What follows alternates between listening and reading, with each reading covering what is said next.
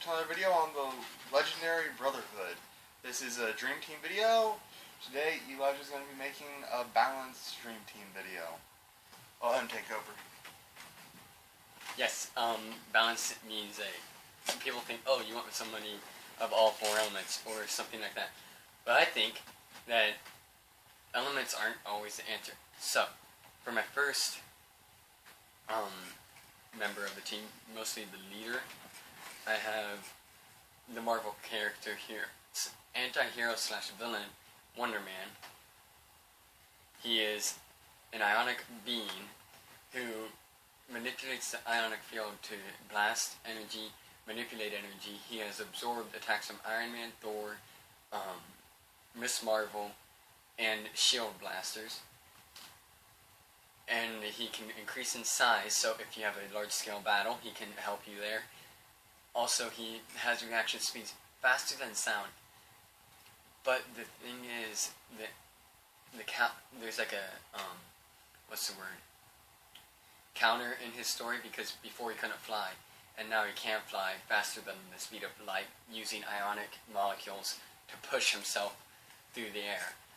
Sort of like how the Americans try to explain instant transmission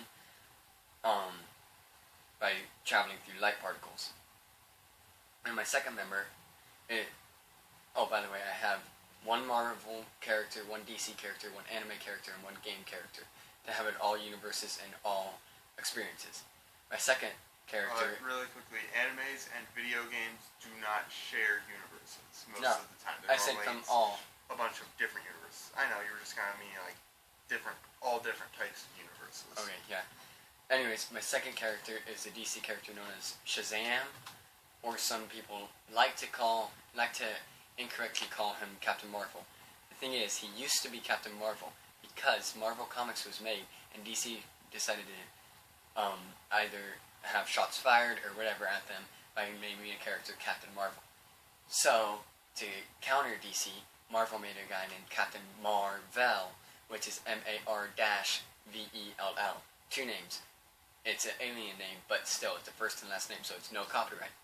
So, since DC decided that sounds too much alike, without having any legal reasons to sue Marvel, they changed his name to Shazam, since that was his battle cry in activating his ancient, magical, omnipotent power, which is manipulance over magic, some energy manipulation, and immense strength. For one of his feats, he helped Superman lift a Book of Infinity. Now, before you say, oh, Superman was helping, or he was helping Superman, what's half of infinity? To quote Screw Attack, freaking infinity.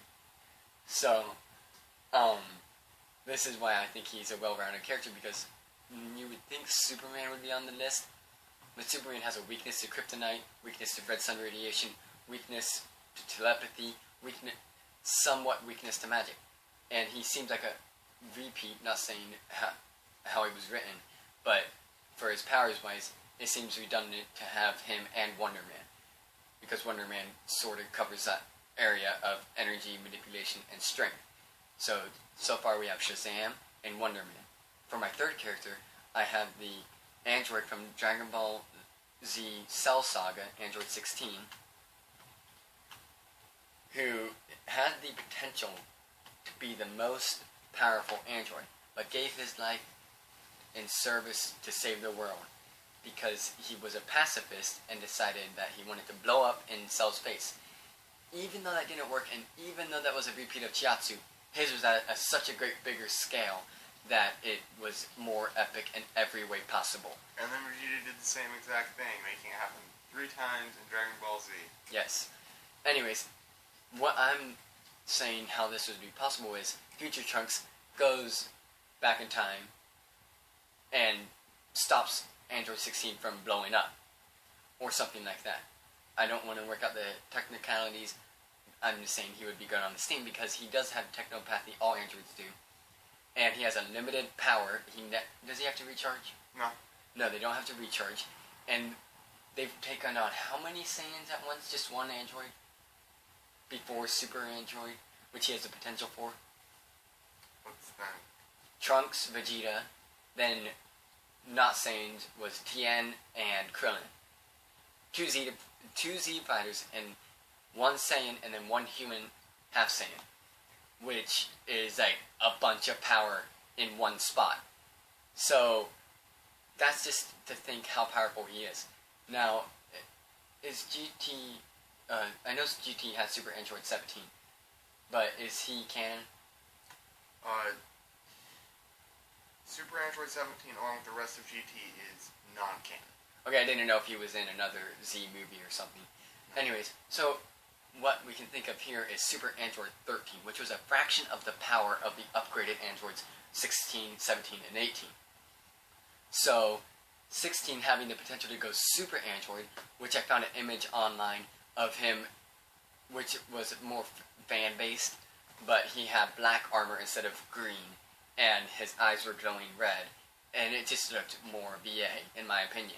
So he had the potential to increase his power like a Super Saiyan form.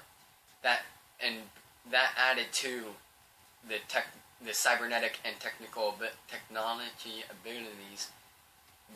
That's why I put him on my team. My fourth and final member is the game character from Prototype 2, James Heller. He has the symbiotic abilities to create weapons out of his hands, and can he create it out of his legs or any limbs? I don't know. I have not played a single Prototype game. I tried. The copy of the game didn't work. He can't. So my brother just informed me that he can. So he's my Wolverine of the team. He's my Vegeta of the team. The go in head first warrior that sometimes is a risk, but more often than not turns out to fight the battle and win because of his healing factor, and his speed is immense. He's killed countless humans and probably could kill an alien depending on the power. Maybe not a Saiyan, but he would still. He has a stealth factor, speed factor, and warrior's rage, berserker's rage factor, which is all necessary in a battle against other teams or other villains. Now, if you disagree with my team, please let me know, or if you have suggestions for other characters to replace with any characters, please let me know. I was just thinking that energy, magic, cybernetics, and berserker rage or warrior's knowledge would be the four main factors, because it pretty much covers anything you need in a fight. Now, did you want to do your dream team, or are we just quitting? We'll just end this video here.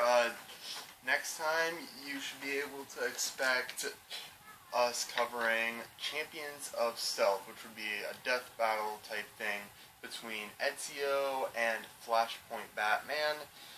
We have some specials, like the fact that it'll take place at Comic-Con with a bunch of people there.